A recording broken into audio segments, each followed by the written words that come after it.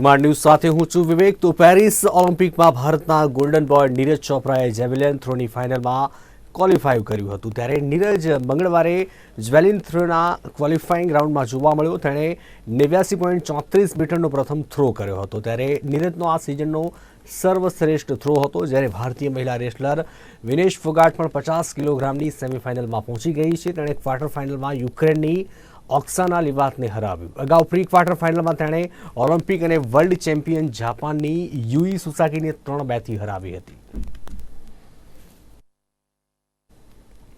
આણંદ જિલ્લાના ઉમરેઠ શહેરના વિવિધ વિસ્તારમાં પાણીજન્ય ઝાડા ઉલટીના રોગચાળાએ માથું ઉંચકતા આણંદ આરોગ્ય વિભાગ દોડતું થયું। સરકારી હોસ્પિટલમાં 83થી વધુ અને ખાનગી હોસ્પિટલમાં 100થી વધુ દર્દીઓ નોંધાયા છે। ત્યારે સરકારી હોસ્પિટલમાં બેડ ખૂટી પડતા દર્દીઓને ગેલેરીમાં બાકડા ઉપર સુડાવી સારવાર કરવાનો વારો આવ્યો। જ્યારે જાહેર આરોગ્યની દ્રષ્ટિએ સાવચેતીના પગલા રૂપે આણંદ જિલ્લા કલેક્ટર પ્રવીણ ચૌધરી દ્વારા એક જાહેરનામા દ્વારા ઉમરેઠ ગામના કાજીવાડ અને ખાટકીવાડ આજુબાજુના 5 કિલોમીટરના વિસ્તારને કોલેરાગ્રસ્ત જાહેર કરવામાં આવ્યો છે।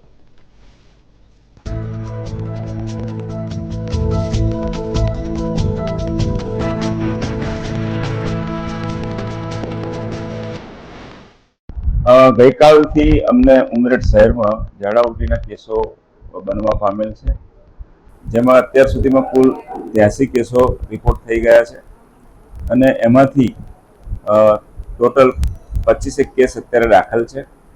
અત્યારે તમામને સારવાર CHC ઉમરેઠ ખાતે આપવામાં આવી રહી છે। એ સિવાય પણ અમારી 25 મેડિકલ ટીમો ઘરે ઘરે ફરીને ક્લોરિનેશન, ક્લોરિન ટેબ્લેટનું વિતરણ, દવા, સારવાર, આરોગ્ય શિક્ષણ અને કોઈ લીકેજીસ હોય લાઈનોમાં તો એનો પણ સર્વે ઘરે ઘરે ફરીને કરે છે અને અમે કુલ 50 કેસોને ઘરે સારવાર આપી છે અને અત્યારે કુલ 8 લીકેજ શોધ્યા છે। જે 8 લીકેજ અમે નગરપાલિકાને તાત્કાલિક દુરસ્ત કરવા માટે જાણ પણ કરી દીધેલી છે અને હાલ પરિસ્થિતિને અમે કંટ્રોલમાં લેવા અમારી સંપૂર્ણ ટીમ આરોગ્યની કામે લાગી ગઈ છે। સુરત શહેરમાં પાણીજન્ય રોગચાળો રાફડો ફાટી નીકળ્યો છે। સુરતની સરકારી હોસ્પિટલોમાં ઝાડા ઉલટી અને તાવ સહિતના કેસોમાં વધારો જોવા મળ્યો। પ્રદૂષિત પાણીથી થતા રોગમાં વધારો થયો। ઝાડા ઉલટી સહિતના રોગચાળામાં વધારો થયો છે।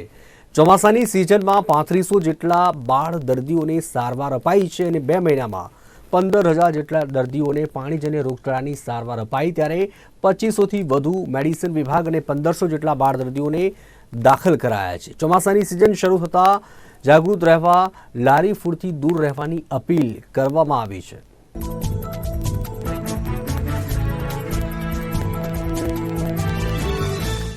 આપ સૌ જાણો છો એ પ્રમાણે સાઉથ ગુજરાતમાં છેલ્લા 2 મહિનાથી વરસાદી વાતાવરણ થઈ રહ્યું છે અને વરસાદ પણ ખાસા પ્રમાણમાં થઈ રહ્યો છે।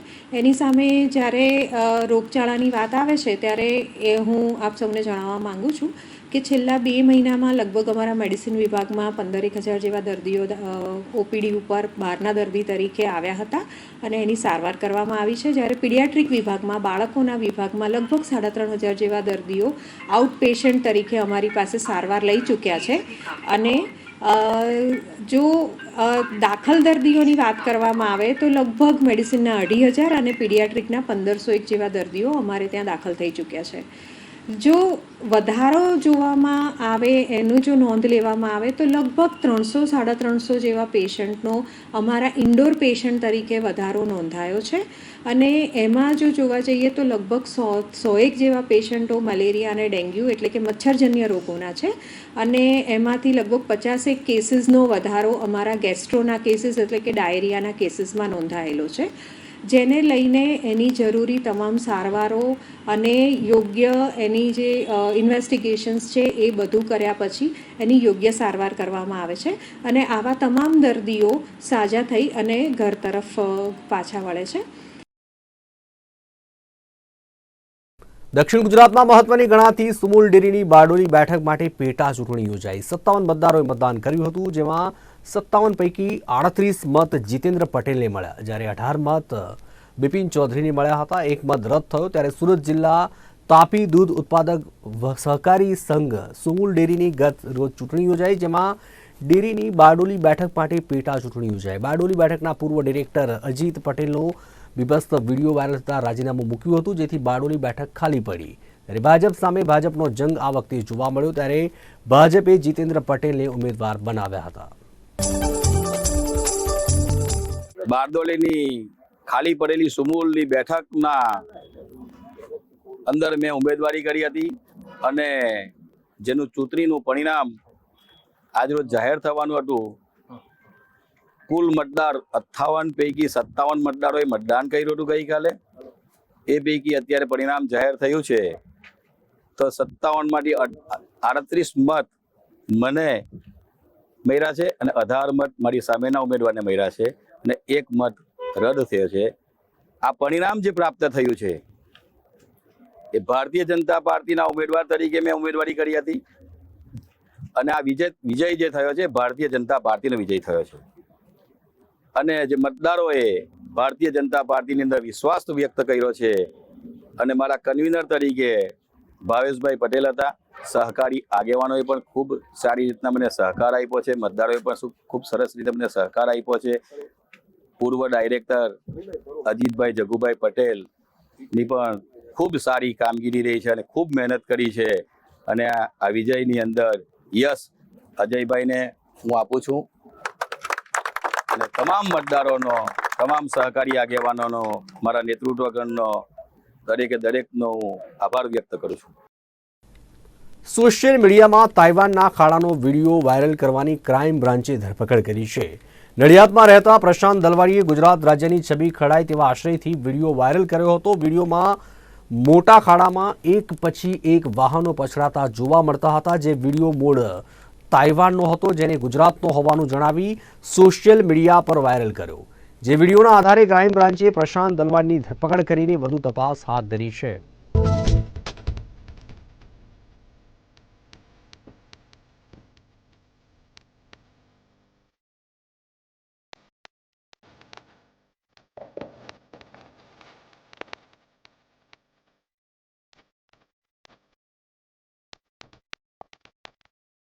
સમાચારમાં આગળ વાત કરીએ તો દેશભરમાં સ્વચ્છતા અભિયાનને લઈને કાર્યક્રમો કરવામાં આવી રહ્યા છે. ત્યારે નવસારી વિજલપુર નગરપાલિકા દ્વારા સ્વચ્છતા સર્વેક્ષણ 2024 માટે બ્રાન્ડ એમ્બેસેડરની નિયુક્તિ કરાઈ હોવાના સમાચાર મળ્યા.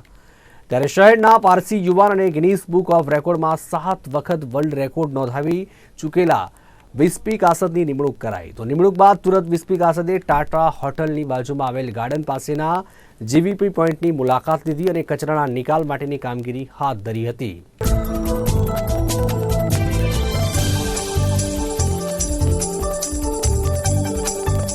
નવસારીના નામાંકિત Guinness book of world record holder Vispi કાસદને સ્વચ્છ સર્વેક્ષણ 2024 માટે નવસારી વિજલપુર નગરપાલિકા દ્વારા બ્રાન્ડ એમ્બેસેડર તરીકે એપોઇન્ટમેન્ટ કરવામાં આવેલી છે અને ભૂતકાળમાં પણ નવસારીને સ્વચ્છ બનાવવા માટે તેમણે ખૂબ જ સારું યોગદાન આપ્યું હતું અને ખૂબ સારી કામગીરી કરી હતી.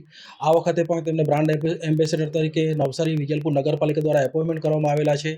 એમનો મુખ્ય હેતુ એ જ છે કે નાગરિકો સાથે નાગરિકોનો યોગ્ય સહકાર મેળવીને નાગરિકોમાં એક પ્રકારની જાગૃતતા કેળવાય અને નાગરિકોનો યોગ્ય રીતે સહકાર મેળવીને નગરપાલિકાની ટીમ અને નાગરિકોના એકબીજાના સહકારથી શહેરને કેવી રીતે સ્વચ્છ બનાવી શકાય અને સ્વચ્છ સર્વેક્ષણ 2024ની અંદર કેવી રીતે શહેરને આગવી ઓળખ અપાવી શકાય તે દિશામાં પ્રયાસો કરવાનો છે. આવનારા સમયની અંદર એટ સોર્સ સેગ્રિગેશનની કામગીરી હોય કે રસ્તા ઉપર કચરો ફેંકવાની જે પ્રવૃત્તિ થાય છે એને બંધ કરાવવાની કામગીરી હોય અથવા તો જે જીવીપીસ છે ખાસ કરીને ગાર્બેજ વલનરેબલ પોઈન્ટ્સ તેને ટ્રાન્સફોર્મ કરવાની કામગીરી હોય, એ તમામ કામગીરીની અંદર બ્રાન્ડ એમ્બેસેડર સાથે રહીને નગરપાલિકાની ટીમ અને નાગરિકોનો સહયોગ મેળવીને શહેરને સ્વચ્છ બનાવવા માટે ઇન્ટેન્સિવલી કામગીરી કરવામાં આવશે.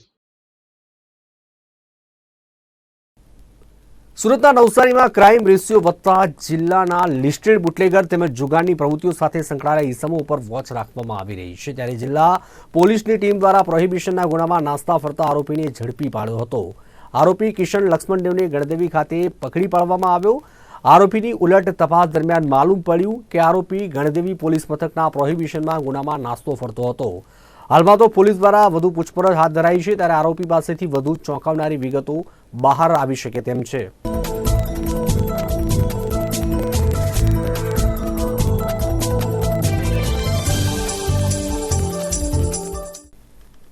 સાબરકાંઠાના હિંમતનગરની જિલ્લા કલેક્ટર કચેરી ખાતે જિલ્લાના રાવળયોગી સમાજના લોકોનો ઉગ્ર વિરોધ જોવા મળ્યો.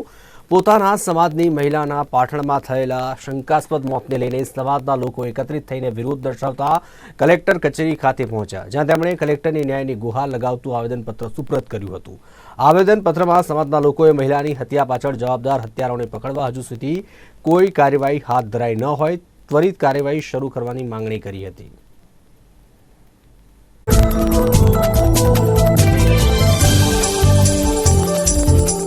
તારીખ 21/7/2024 રોજ મંદિર ખાતેથી અવાવરૂ જગ્યામાંથી 45 વર્ષના બેનની લાશ મળી આવી હતી, જે શંકાસ્પદ લાગતા અમોએ કલેક્ટર શ્રી પાલનપુર, કલેક્ટર શ્રી પાટણ અને એસપી સાહેબને પણ રજૂઆત કરી, પણ છતાં પણ આજે 15 દિવસ થયા છતાં પણ ગુનેગારોની કોઈ પકડ નથી.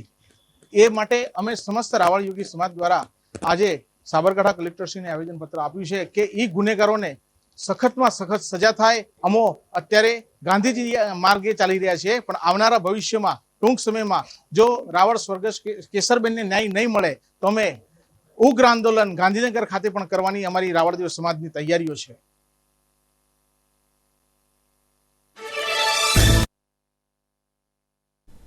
રાજકોટમાં દંપતી દ્વારા કરોડો રૂપિયાની ઠગાઈ કરવામાં આવી. દંપતી શેર બજારમાં ઊંચા વળતરની લાલચ આપી કરોડોની ઠગાઈ કરતું હતું, ત્યારે 103 લોકો પાસેથી 3 કરોડ રૂપિયાની ઠગાઈ કરવામાં આવી. આ દંપતી 3 કરોડ રૂપિયા લઈ છેલ્લા 1.5 વર્ષથી ફરાર થયું હતું. પોલીસે કર્ણાટકના હુબલીમાંથી દંપતીને ઝડપી પાડ્યું. દંપતી વિરુદ્ધ ગુનાહિત કાવતરું અને જીપીઆઈડી કલમ હેઠળ ગુનો પણ નોંધ્યો હતો. ત્યારે આરોપી મેહુલ સોની અને પત્ની અદિતિ સોની હાલ 8 દિવસના રિમાન્ડ પર છે.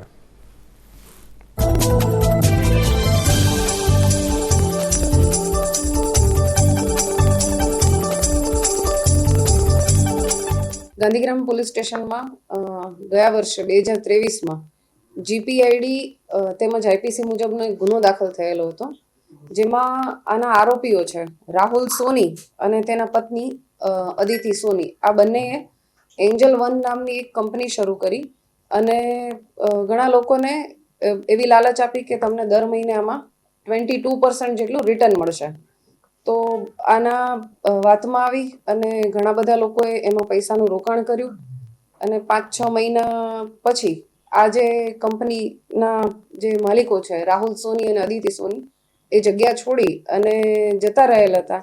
અને આ જે ડિપોઝિટર્સ છે જેટલા એ લોકોને પાછળથી એમણે જે પણ રોકાણ કરેલું હતું જે પૈસાનું એ મૂડી કે પછી એનું 22% એવું કાંઈ પણ એમને મળેલ નહોતું, જેથી ગયા વર્ષે એમણે આ બાબતે ફરિયાદ નોંધાવી હતી અને એના માટે અમારી ટીમ કાર્યરત હતી. પરંતુ આ બંને વ્યક્તિઓ જે તે ટાઈમે પહોંચની બહાર હતા, પરંતુ તાજેતરમાં જ અમારી ગાંધીગ્રામ પોલીસ સ્ટેશનની ટીમ તેમજ ડીસીબીની ટીમ બંને દ્વારા મળી અને આ જે આરોપીઓ છે એને ટ્રેક કરી અને એમને પકડી પાડવામાં આવેલા છે.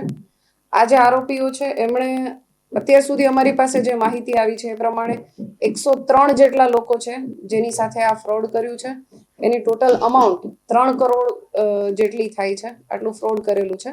હજી પણ અમે મીડિયાના માધ્યમથી તમામને જાણ કરવા માંગીએ છીએ કે જે આ એન્જલ વન જે કંપની આ લોકોએ બનાવી હતી રાહુલ સોની અને અદિતિ સોનીએ, આના જે પણ ભોગ બનનાર હોય હાલ એની તપાસ અમારી પાસે ચાલુ છે.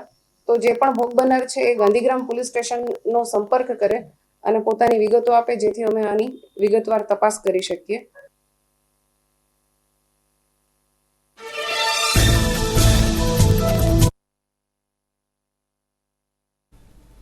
ટીઆરપી ગેમ ઝોન અગ્નિકાંડ બાદ વહીવટી તંત્ર એલર્ટ મોડમાં છે. જન્માષ્ટમીમાં યોજાનાર લોકમેળા માટે આકરા નિયમો બનાવાયા છે. યાંત્રિક રાઇડના ટેસ્ટ રિપોર્ટ બાદ વીજ કનેક્શન આપવામાં આવશે. તહેવાર દરમિયાન કોઈ અનિચ્છનીય બનાવ ન બને તે માટે તંત્ર એલર્ટ છે, જેમાં સૌરાષ્ટ્રનો લોકમેળો રાજકોટના રેસકોર્સ મેદાનમાં જ યોજાશે તેવો તંત્રએ નિર્ણય લીધો છે. ત્યારે રાઇડ ધારકોએ કલેક્ટર સાથે મિટિંગ કરી અને નિયમોમાં ફેરફાર કરવા માટે રજૂઆત કરાઈ.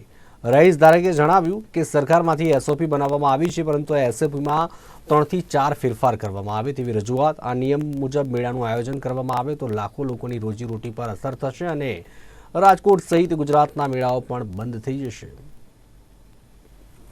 કાલે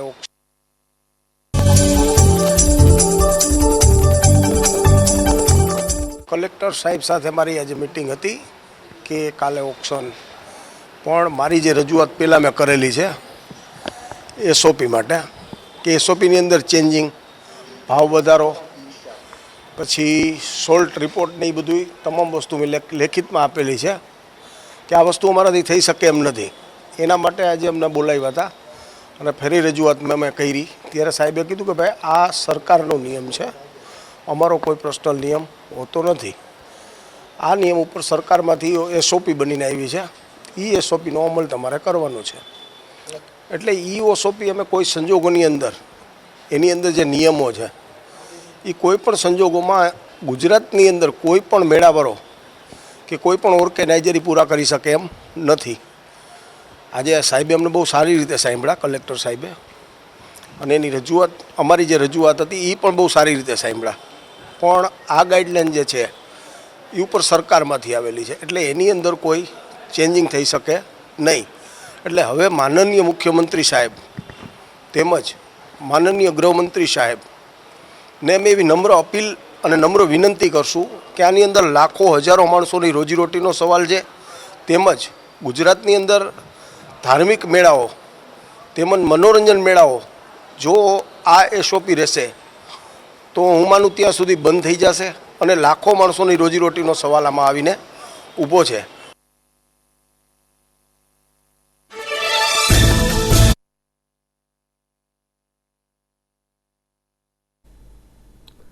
જામનગરમાં નો હોકિંગ ચોરની અમલવારી લઈને તંત્રની ઉદાસીનતા પ્રત્યેના વિરોધના સમાચાર સામે આવ્યા.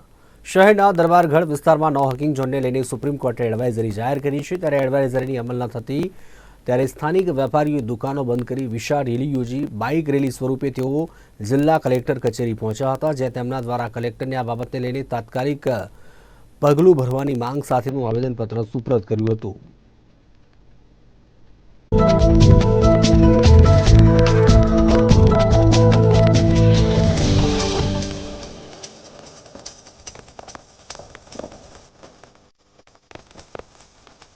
આ વિસ્તારને નો વોકિંગ ઝોન તરીકે જાહેર કરેલો છે, તો પછી આ નામદાર હાઈકોર્ટના હુકમની અમલવારી શા માટે કરવામાં નથી આવતી?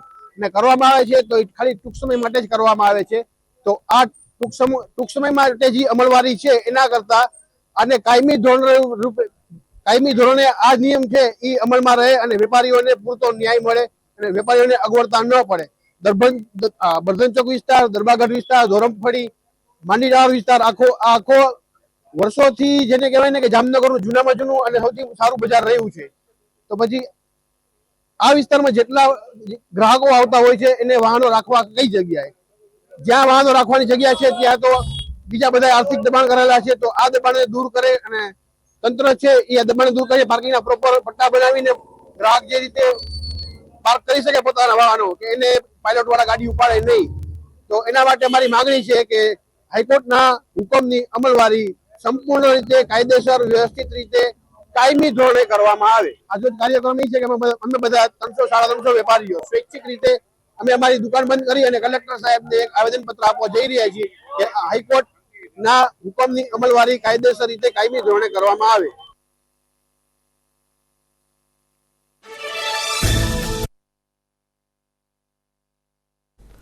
વલસાડ જિલ્લામાં ફરી એકવાર જીવના જોખમે અંતિમ યાત્રા નીકળી હતી. ધરમપુર તાલુકાના સિદુંબર ગામ ખાતે માંડ નદીમાં ઘોડાપુર આવતા જીવના જોખમે અંતિમ યાત્રા કાઢવામાં આવી. દર વર્ષે આ સમસ્યા સર્જાય છે, તેમ છતાં બ્રિજ ઊંચો ન બનતા લાકડફળિયા ખાતે મહિલાનું મૃત્યુ થતાં જીવના જોખમે નદીમાંથી અંતિમ યાત્રા કાઢવાની ફરજ પડી હતી.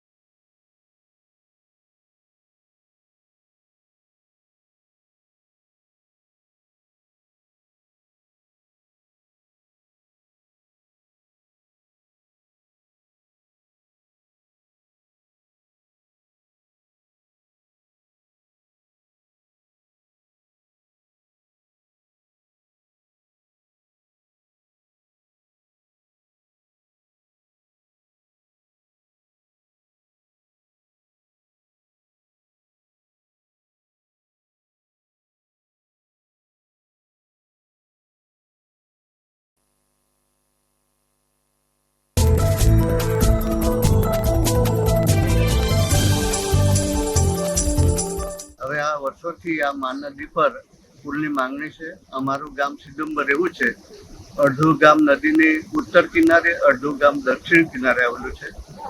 હવે દક્ષિણ કિનારામાં સમથાન ભૂમિ છે, જ્યારે ઉત્તર કિનારામાં સમથાન ભૂમિ નથી.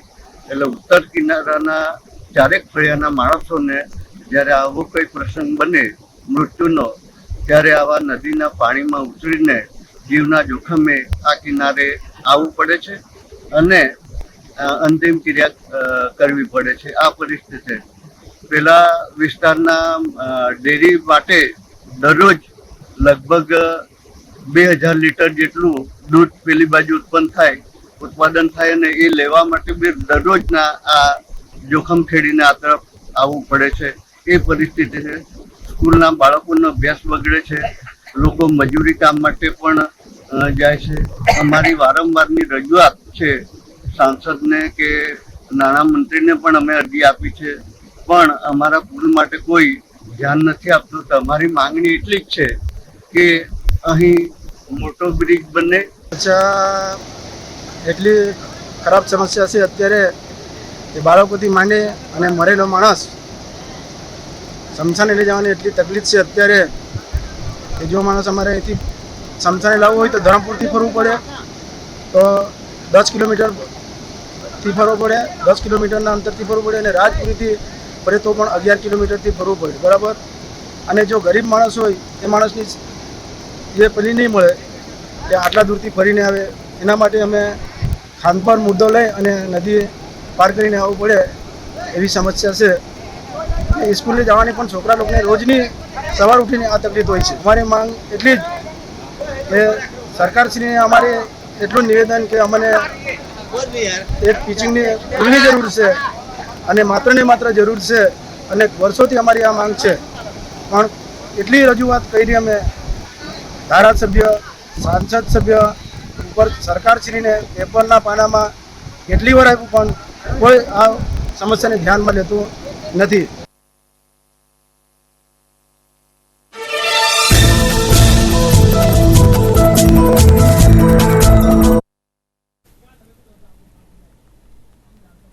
મોરબીમાં ઝૂલતા પુલ કેસમાં ડિલે થવા બાબતે સરકારી વકીલ વિજય જાનીએ પ્રેસ કોન્ફરન્સ કરી. ટ્રેજેડી વિક્ટિમ એસોસિએશનના વકીલ દ્વારા ચાર્જશીટ થયા બાદ અલગ અલગ 3 અરજી કરવામાં આવી, જે હજુ સુધી પેન્ડિંગ છે. આ મામલે અત્યાર સુધીમાં 47 જેટલી મુદત પડી, જેમાં 3 વખત રૂબરૂ અને 2 વખત વિડીયો કોન્ફરન્સના માધ્યમથી ટ્રેજેડી વિક્ટિમ એસોસિએશનના વકીલ હાજર રહ્યા હતા. અરજીઓ પેન્ડિંગ છે એનું હિયરિંગ કરવા માટે 43 થી વધુ મુદતો કુલ અહીંયા પડી છે. હાર્ડલી વિક્ટિમ એસોસિએશનના વકીલો જે અમદાવાદથી આવે છે 2 કે 3 વખત આવ્યા છે, બાકીનો કોઈ મુદતમાં એ આવ્યા નથી. અને એમની અરજી છે, પહેલું હિયરિંગ એમનું થશે. એમના કારણે આ મેટરમાં ચાર્જ ફ્રેમ નથી થતો અને કેસ ઓપન નથી થતો, એવું મને વ્યક્તિગત લાગે છે. બીજું કે એમણે પહેલી અરજી આપ્યા પછી એમણે બીજી 2 અરજી આપી છે કે આ કેસની અંદર 302 નો ઉમેરો કરવો કે કેમ, એનું જ્યારે હિયરિંગ થાય ત્યારે અમને ભોગ બનનારને સાંભળવા એવી એક અરજી છે. અને બીજી અરજી એમની એવી છે કે આરોપીને સાંભળવા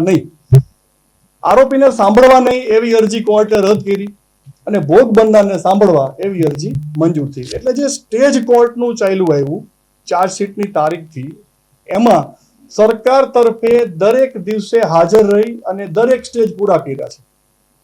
ટ્રેજેડી વિક્ટિમ એસોસિએશન સાથે આજે લાગણીથી જોડાયેલા છે. એમ લોકોને ન્યાય મળે, એમને સંતોષ થાય એવી રીતે પ્રોસિક્યુશન તરીકે અને તપાસ કરનાર અધિકારી તરીકે પૂરેપૂરી મદદ કરવાની અમારી માનસિક તૈયારી છે.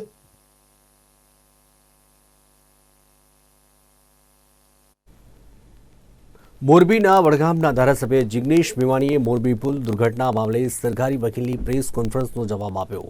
તેમણે જણાવ્યું કે ભાજપ સરકારે સરકારી વકીલને કેમ આગળ કરવા પડે છે, એમના પ્રવક્તામાં શું પાણી નથી બચ્યું. વધુમાં તેમણે જણાવતા કહ્યું કે પીડિતોની માંગણી છે કે કેસની તપાસ સીબીઆઈમાં કરાવો.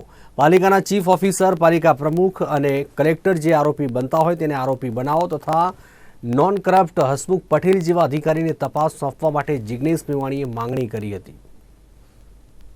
સવાલ થઈ રહ્યો છે કે ભારતીય જનતા પાર્ટીની સરકારે સરકારી વકીલને કેમ આગળ કરવા પડે છે, એમના પ્રવક્તાઓમાં શું પાણી નથી બચ્યું? અને મૂળ વાત એટલી છે કે મોરબીની ઘટનાના પીડિતોનું કેવું છે, મારું નહીં, પીડિતોનું કેવું છે કે સીબીઆઈની તપાસ જોઈએ. આ સરકાર અને આ રાજ્યની પોલીસમાં એમને ભરોસો હોત, તપાસમાં ભરોસો હોત, તો પીડિતોએ સીબીઆઈ ઇન્વેસ્ટિગેશનની માંગ ના કરી હોત. બીજું, રાજ્યની સરકારે પોતે જ્યારે મોરબી નગરપાલિકાને સુપરસીડ કરી, તો જો કોઈ પણ માણસ આરોપી નહોતો બનતો મોરબી નગરપાલિકાનો, તો સ્વાભાવિક રીતે મોરબી નગરપાલિકાને સુપરસીડ કરવાનો પ્રશ્ન નહોતો. હવે તમે જ્યારે મોરબી નગરપાલિકાને સુપરસીડ કરી એક પ્રકારે એડમિટ કરો છો, કબૂલ કરો છો, તો પછી તમે લોકોને આરોપી બનાવો. ચીફ ઓફિસર, નગરપાલિકાના પ્રમુખ, જે પણ માણસો, કલેક્ટર, જે પણ માણસ આરોપી બનતા આરોપી બનાવો. એ પીડિતોની માંગણી છે. સાથોસાથ ફાસ્ટ ટ્રેક કોર્ટમાં કેસ ચાલવો જોઈએ, એ પીડિતોની માંગણી છે. અને સૌથી મહત્વની વસ્તુ કે વળતર વધારે ચૂકવવું જોઈએ. અને આ વાત અમે જે યાત્રા લઈને નીકળ્યા છીએ એ ફક્ત મોરબીના પીડિતોને નહીં, મોરબી ઝુલતાપુરના પીડિતોની સાથે સાથે અગ્નિકાંડના પીડિતો, શ્રેય હોસ્પિટલના પીડિતો, ભરૂચના પીડિતો, રાજકોટ શિવાનંદ હોસ્પિટલના પીડિતો, હરણીકાંડના પીડિતો, તક્ષશિલાના પીડિતો, આ બધા જ 240 જેટલા પીડિતો ભોગ બન્યા ભાજપના ભ્રષ્ટાચારના પાપે. એ તમામની વેદનાના વાચા આપવા અમે યાત્રા લઈ નીકળ્યા છીએ. વડોદરાના કરજણ ખાતે ભાજપા દ્વારા પરિસંવાદ કાર્યક્રમનું આયોજન કરાયું. આ કાર્યક્રમમાં વર્ષ 2024-25નું જિલ્લા કક્ષાનું કેન્દ્રીય બજેટ અંગે વિશ્લેષણ કરાયું હતું. તેમજ હાજર કાર્યકરોને બજેટ અંગેની વિસ્તૃત માહિતી આપવામાં આવી. કાર્યક્રમમાં હર ઘર તિરંગા કાર્યક્રમની રૂપરેખાની માહિતી પણ આપવામાં આવી હતી.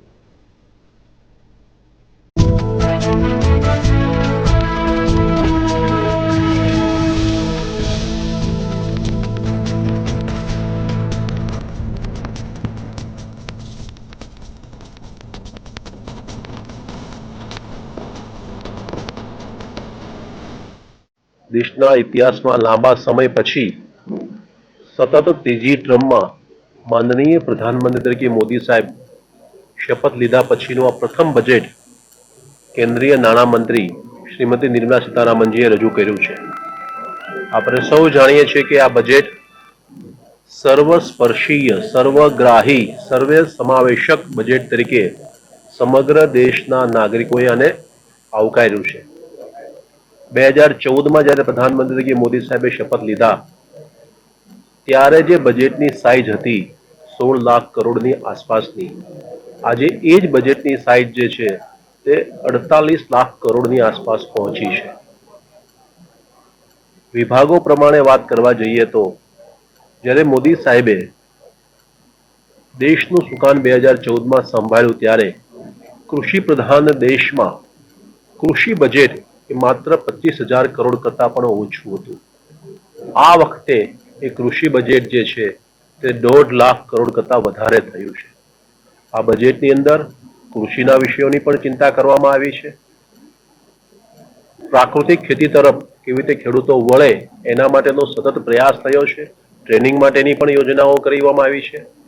સાથે સાથે આ પહેલું એવું બજેટ છે કે જે બજેટની અંદર સર્વાધિક મહત્વ એ યુવાનોને રોજગારીમાં આપવામાં આવ્યું છે.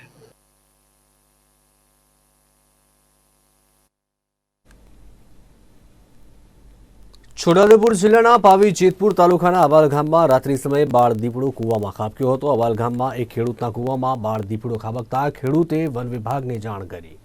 વન વિભાગને જાણ થતાં બાળ દીપડાને કૂવામાં પાંજરે ઉતારી રેસ્ક્યુ કરાયું.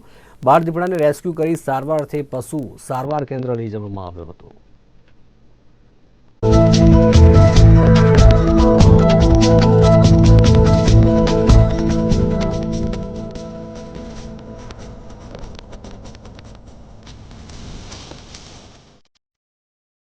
આજરોજ પાવી જેતપુર રેન્જના આંબાલક ગામે એક દીપડો કૂવામાં ખાબક્યો છે તેવા સમાચાર વન વિભાગને જાણ થતાં ખેડૂત ખાતેદાર પોતાનો માલિકીનો કૂવો હોય ખેતરમાં જઈને જોતા દીપડાનો અવાજ આવતા દીપડો કૂવામાં પડેલો જોઈને પાવી જેતપુર આરએફઓ શ્રીને સંપર્ક કરતા દીપડાને રેસ્ક્યુ કરવાનું કામગીરી હાથ ધરવામાં આવેલી હતી.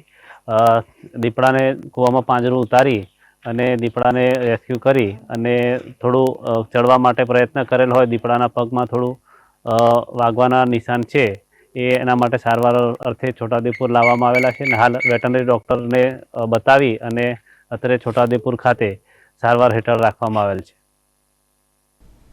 તો આ હતા અત્યાર સુધીના સમાચાર. વધુ સમાચાર અને ન્યૂઝ અપડેટ માટે આપ જોતા રહો નિર્માણ ન્યૂઝ. નમસ્કાર.